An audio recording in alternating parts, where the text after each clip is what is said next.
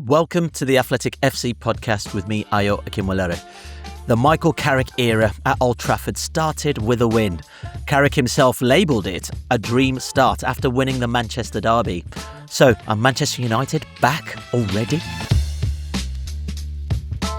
Joining us for this one, we have our Manchester United writer, Anka, and Ollie Kay, who was also at Old Trafford for The Athletic on Saturday. Carl, let's break it into it. Big men stepped up, 2-0 win in the derby to start the newest managerial reign at Manchester United, and also a further 3 goals disallowed for tight offsides.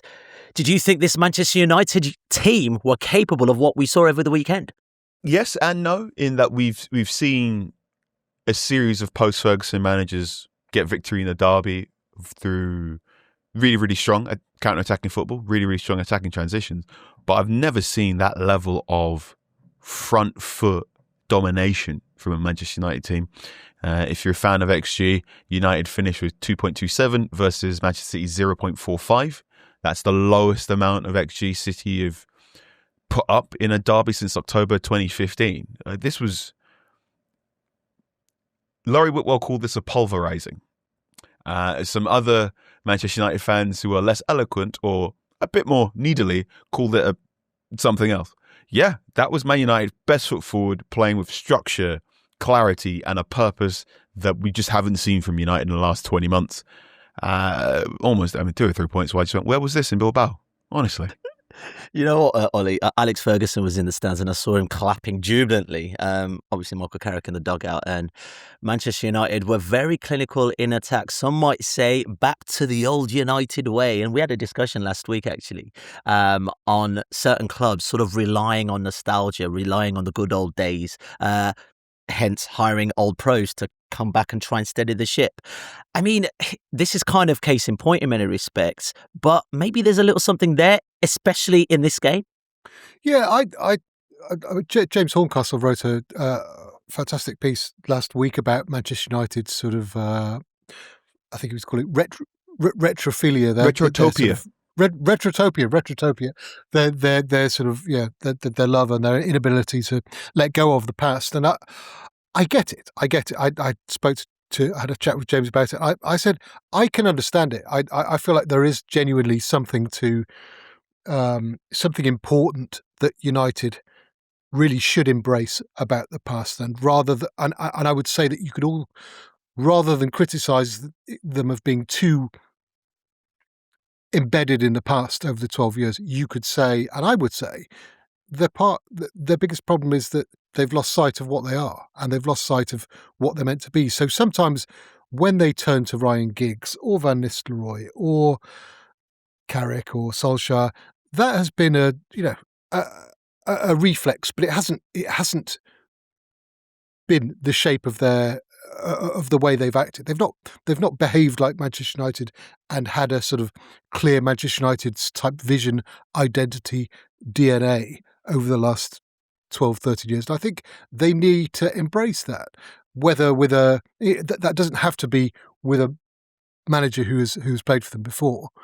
But I think when you're in a situation that they've got themselves into where they were changing manager mid-season yet again, and if you think, well, we need to work out what we're doing, we need to, if the idea of making an instant appointment of the new long-term solution isn't there, why wouldn't you go for somebody who knows the club, who knows the Manchester United way, who can go in and get immediate buy-in from the players, many of whom he's coached before, buy-in from the fans?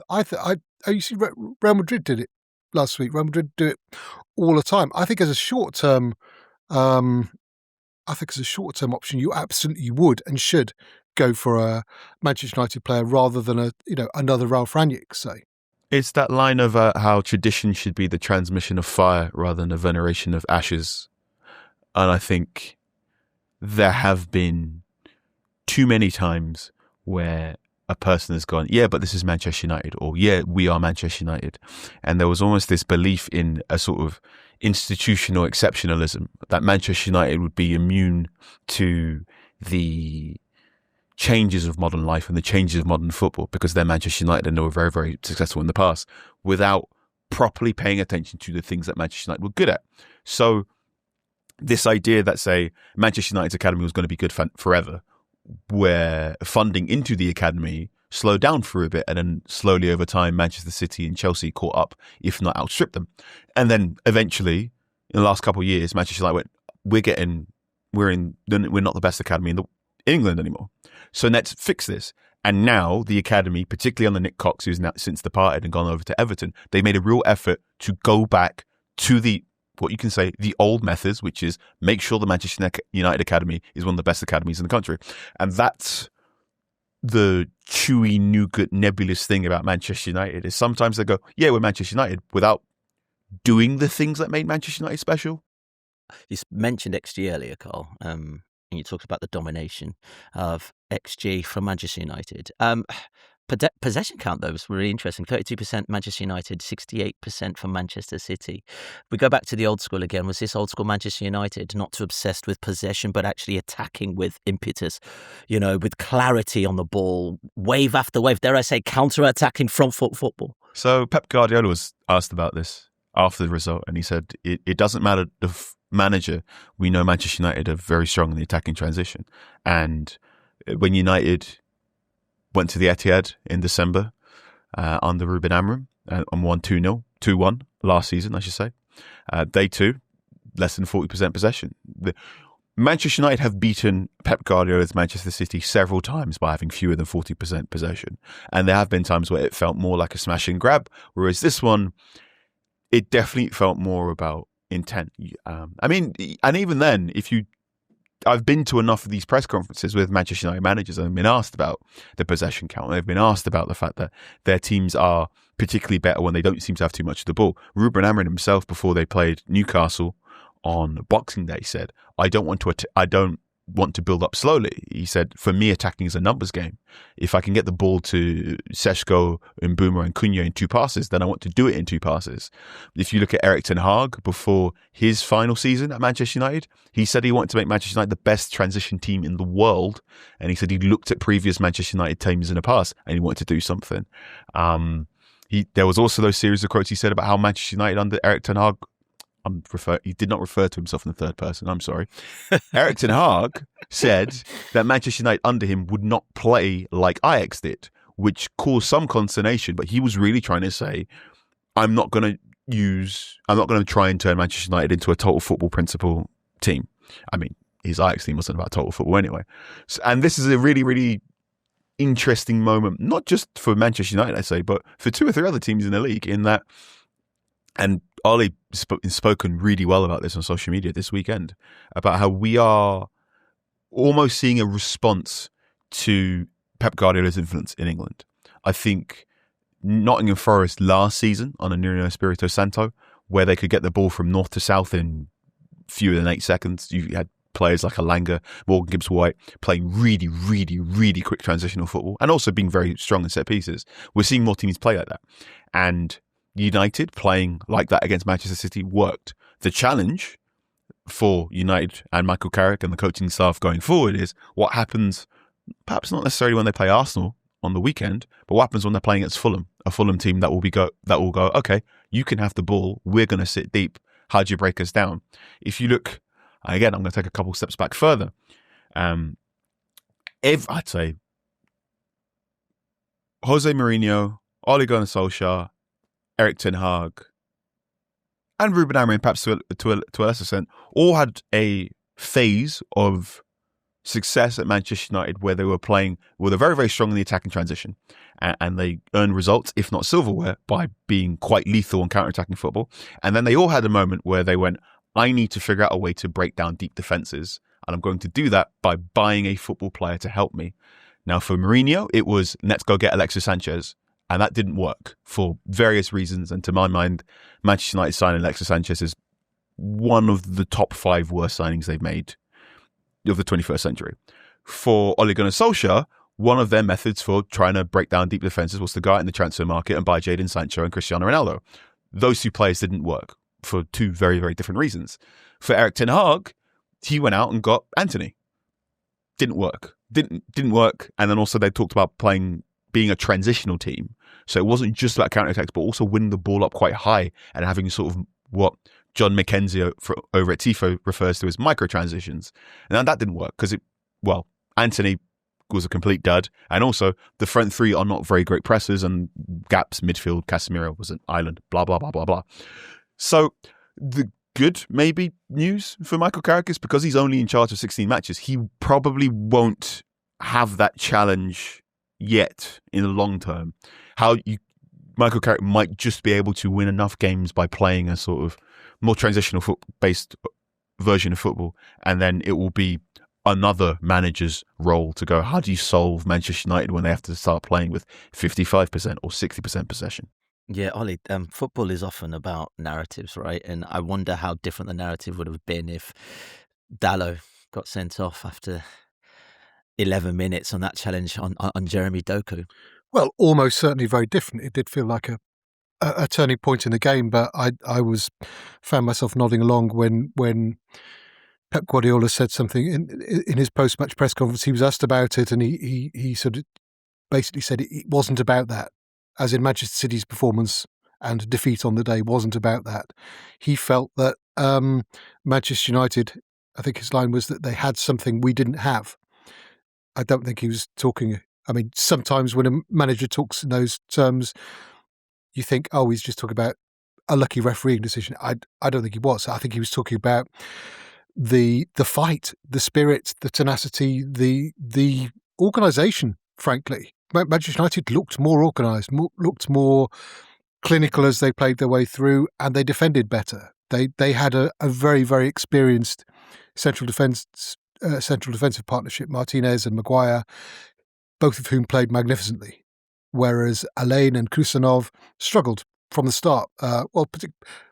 Maybe a little bit harsh on Alain, but Kusanov in the opening minutes was making a couple of mistakes, and I wouldn't blame him at all for Manchester City's defeat, but it looked like Manchester City's central defence was there to be got at, and in that situation, you need as an opponent to punish them and to expose that vulnerability, and Manchester United did that right from the start, and I felt like it was different for the reasons that Carl mentions. It was different to those other games where they've beaten City or Liverpool with a low possession count. It felt like it wasn't a smash and grab. It felt like it could have been it could have been it really could have been a 4-0. It could have been a 5-0. It reminded me slightly of a game. Do you remember it, Carl, when Solskjaer came up against Frank Lampard on the opening of day of 2019-2020? Difference being on that day that Chelsea actually played quite well, and I think it was 0-0 at half time, but United's counter-attacking in that game was just fantastic, and it was fantastic today. It was on Saturday. It wasn't just a sort of reactive thing, backs against the wall, we counter-attack twice and a half and we have to make the most of it. It was wave after wave of counter-attacks, if that makes sense. It was a really, really, really good Manchester United performance, and the number of times I've said that over the past decade is incredibly small. Carl, in 2019, you might remember, Ole Gunnar Solskjaer won 14 of his 19 games during his interim spell in charge before getting the job on a permanent basis. Ollie, you might know where I'm going with this. So, what do you reckon, Carl? That's it then. Get the contract out, put it on the table, let him sign it, let him write whatever numbers he wants on there, let him sign the contract and go. Carrick's at the wheel. He's doing it. He's doing his thing. Manchester United are back.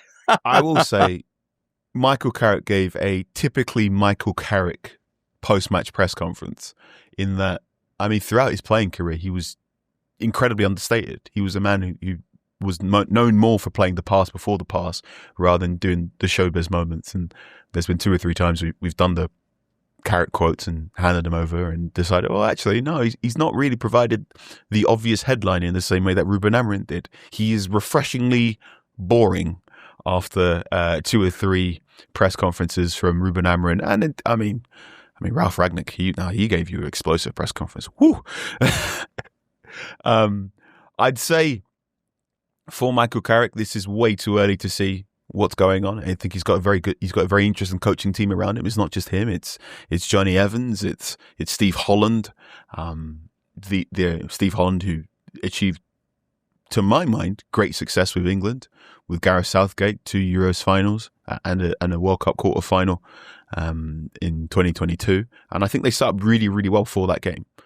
Now, the Manchester derby comes with its own unique qualities, and Ollie's talked about the intensity Manchester United found, and also the defensive organisation. You shouldn't need extra motivation to run against Manchester City. That will come naturally, and especially when you do it at Old Trafford, the fans are going to respond to you running really hard, and you will find ways to keep busting a gut in minute 85 and find ways to do things that perhaps might not be there. And I'm making the gesture in my hand to try and sort of refer to the intangibles of football that might not be there if you are playing at home against, say, Fulham, for example, in a couple of weeks. So that'll be interesting. That'll be a challenge in there. And I mean, one thing that always stuck out to me about Ole Gunnar Solskjaer's interim period specifically was that team started off so hot, brilliant in that the final months of Mourinho, the football was, turgid, quite frankly. And then interim Ole Gunnar Solskjaer, very first game against Cardiff City, they win 5-1. Wayne Rooney was doing TV punditry that weekend, and he mentioned one of the big differences just in that game alone was the fact that under Mourinho, though too many times United were attacked with 1 or 2 players, whereas Ole Gunnar Solskjaer had managed to find a way to get the team to attack with 3 or 4, and it just freed things up. Now, when you have a team, to bring things back to the present day, when you have a team where your best player or most important player is someone like Bruno Fernandes, that means you're going to play in a certain way. Bruno Fernandes wants to play fast. Bruno Fernandes, to nick a line from my good friend Musa Okwonga, he plays football like he's running downhill. And that means if you give that team space, if you give this Manchester United team space and give the ball to Bruno Fernandes and you give it to it in enough volume, which very often happens, he's going to create through balls. He's going to hit passes out wide. And if you've got the wide players like Ahmad, who's just returned from AFCON, and like Brian Mbeumo, who's also returned from AFCON, there's going to be opportunities there. And there's definitely going to be, I think, an uptick in the way Manchester United attack in open play.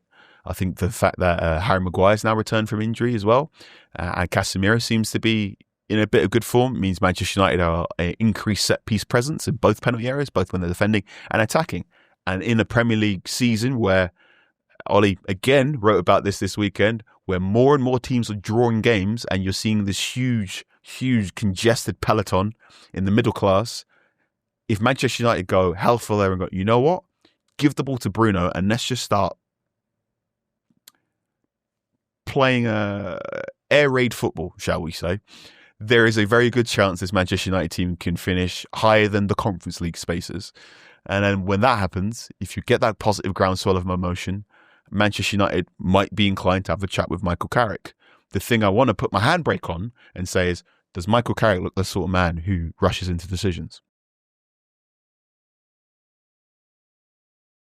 I think that says it all, really, doesn't it? None of us had an answer. He's not that guy. I get it. Ollie, obviously, that was a Rio Ferdinand quote at the top, and it's in your piece right now on The Athletic, as you're talking about Michael Carrick as well. But is there a danger, really, to rely on history? We sort of touched on it at the top. Is it a hindrance to where Manchester United find themselves right now? I think this. I mentioned the Solskjaer appointment in my piece and how quickly Man United kind of improved and then were sort of swept along into appointing Solskjaer in 2019. And I just read a couple of the comments this morning, and people were saying, there the media go again, dismissing the Solskjaer appointment as a mistake. And I think the point I made in the piece was that things never looked as rosy again after that initial burst. There was the appointment. There was this incredible excitement for 2 or 3 months, and then it just became a slog. And the first 11 months first 9 months of Solskjaer as permanent manager were pretty terrible. It got to the January of that following season, and it was already a case of are they going to pull a plug on this? Then they signed Bruno Fernandes. Everything seemed to change. Then it went into lockdown and pandemic football, which seemed to suit United down to the ground. They had this really good 2020-21 season. But I felt it never I felt there was a real kind of sense with Solskjaer that he was coming in and clearing the decks a bit, just sort of restoring the values. I don't think I ever felt he was going to be the guy who would take it onto the next level, and that's how it turned out. And so I wouldn't say that appointing Solskjaer was a mistake, but I think it perhaps sort of. I think by the end of Solskjaer, they were almost back to square one because there was another clear out, another detoxification needed because it stayed too long and it unravelled. And look, I know Carl's itching to talk, but it's the Ronaldo signing, the Sancho signing, everything went sour again. And before you knew it, it was a total rebuild again and a total reset needed. So I don't think you can say the Solskjaer appointment was a mistake, but as a body of work, it wasn't great. It wasn't what Man United needed at the time. Turning back to the present day, it may be that the ideal thing is to have Carrick for these 5-6 months. It may be that the ideal thing is to have him for the next, 18 months, 2.5 years. I think you would probably think that in order to get to the absolute top of the mountain again, that they would probably need somebody with a bit more clout, a bit more authority, heavyweight, tactical expertise, proven winner, etc. But I don't know that. I mean, Ollie, in that case, I would suspect Mikel Arteta didn't have any of those. I mean, I'm not trying to make it an Arsenal thing, but Absolutely. Sometimes you do have to take a risk, right? Arteta has learned it on the job so impressively. But I think people talk as if about the Arteta period as if he was given given time or money that he didn't deserve. I would say that from the moment Arteta went in, and that was a real long-term rebuild. It was a similar time to Solskjaer. It was a little bit later into it. Well, towards the end of 2019, I would say that even within the first year of that, which again was a real battle, a real slog for Arteta, despite the FA Cup win, there was clearly a plan and a vision and a I don't know. I felt there was an authority there which he had to show with Özil and other players that I don't think Solskjaer ever had at Manchester United. No, I disagree there. Yes, I think absolutely Mikel Arteta had a clear plan, but also I think Ole Gunnar Solskjaer had a plan, if only because I asked him. In November 2020. I went, quite frankly, what's the plan? And he said, how long you got? And then he gave me a very, very good answer explaining his ultimate intention for what Manchester United were going to play like. There's a piece on The Athletic if you want to go have a big deep dive in the archives. And I assessed everything he said and I went, well, he wants to make Manchester United 2007 and 2008. He wants to create a team that has 4 or 5 individuals that can absolutely dominate their 1v1 duels and also have a front three where it is multifaceted and multi-talented. If you think back to that 07-08 team where you've got Wayne Rooney, Carlos Tevez and Cristiano Ronaldo, I said this is probably what Ole Gunnar Solskjaer wants to make. And then to put things even further forward, when fans returned back to football and Manchester United beat Leeds United 5-1 at the start of that season before they signed Cristiano Ronaldo, and the team was absolutely thrilling that day, and we were all going, we're not sure if Man United are going to win the league, but they're certainly going to be fun. I'm in the press conference asking him about his vision for 2 or 3 of the players there, and he said, well, I only really consider Cavani as a centre forward. He goes, Wayne Rooney and Carlos Tevez never really had a defined role, and that's the thing we're going for. And I went, boom, there, he's done it. He's got closer to the thing he wanted to do. And then you went into that transfer window and they bought Cristiano Ronaldo right at the death. And I was like, uh-oh. Now, I don't think there is a single manager in the Premier League that doesn't have a plan about what they want to do. Unfortunately, we're talking about a Premier League where your average head coach manager is in place for 18 months. And for various market forces, you are always at the whims of a bigger football club, either within the Premier League or out in Europe, for example, who can take someone. I'm sure there is some form of presentation somewhere in Liverpool that had a plan for one of these seasons not too long ago and said, in 2026, Trent Alexander-Arnold's going to be at Liverpool. Oops. I think the Arteta comparison, and AO, I'm going to needily a little bit here, is one that Manchester United fans have often made in defence of Ole Gunnar Solskjaer, and then they made it in defence of Erik ten Hag, and they made it in defence of Ruben Amorim, as to this manager needs more time. Look at Mikel Arteta. Mikel Arteta got more time, and look at what Arsenal are right now. You really speak to Arsenal fans, and they will tell you, December 2020, it was really dark for Arsenal.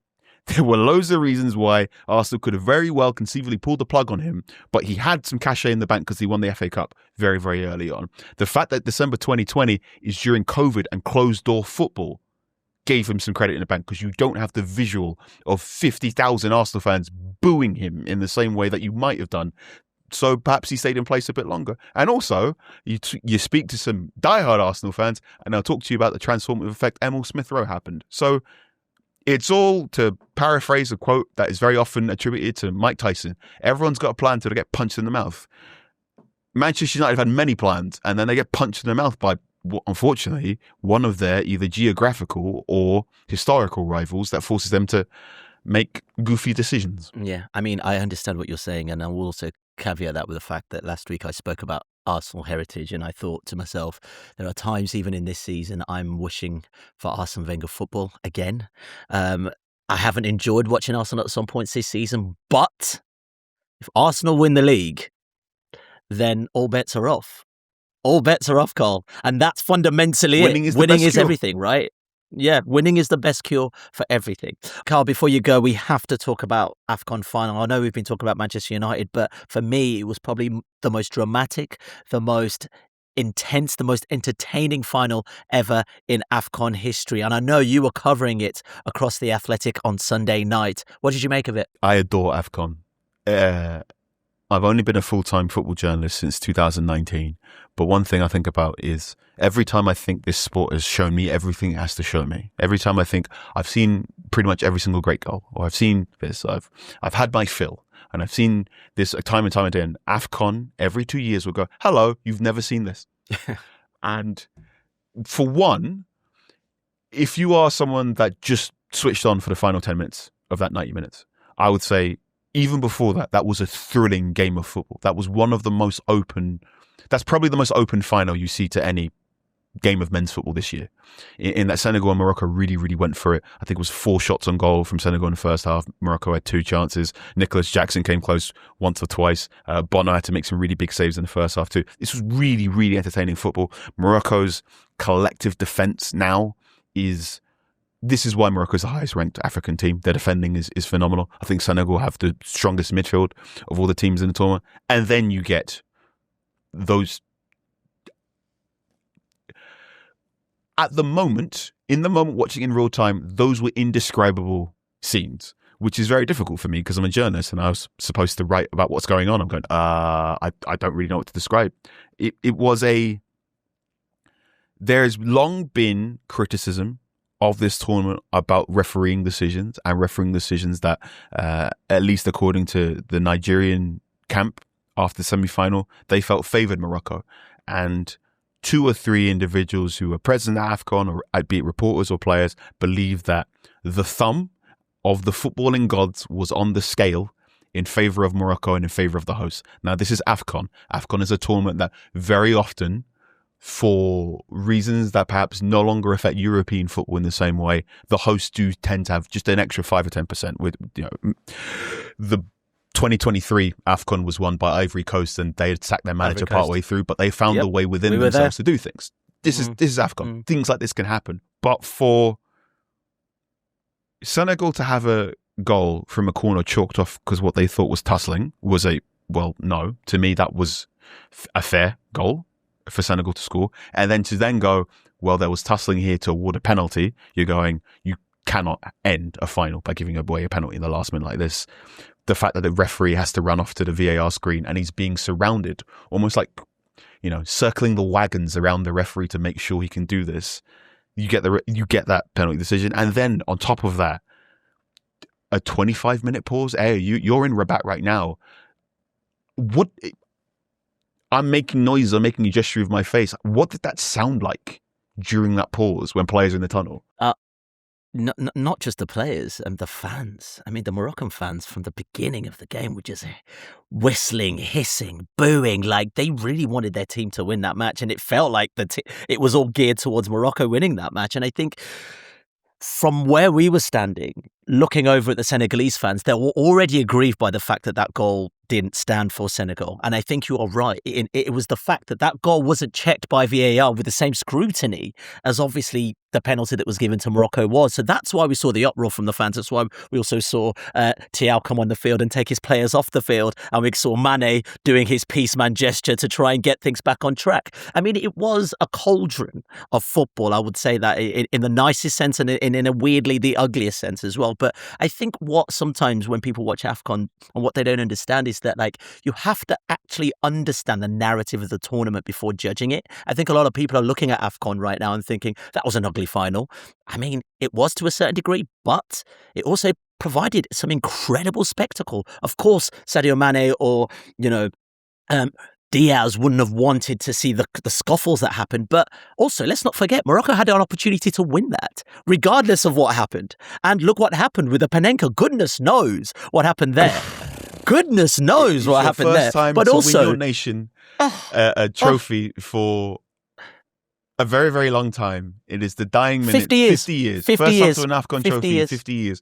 In Morocco. You're in Morocco to do it. You will write yourself into footballing folklore if you score this penalty and you opt to do a Panenka. I've never seen anything like it. I don't know if I ever will see anything like it. But I got to say, what a final. It's the first time both teams have ever met in an AFCON final. Who would have thunk it? But also a real celebration on the flip side of two, I would say, of the more progressive foundations or federations in African football right now in Morocco and Senegal as well. Great goal. Good send-off for Sadio Mane. And what an AFCON final that I don't think anyone will ever forget. All right, let's leave it there. Appreciate your time as always. And also thank you guys for watching and listening. We'll catch you soon. For more from the Athletic FC podcast, make sure you like and subscribe to the channel. We've got top journalists like David Ornstein, Matt Slater, Adam Crafton, Carl Anka, and plenty more through the entire season. Make sure you don't miss an episode of the Athletic FC. You can get it wherever you get your podcasts from.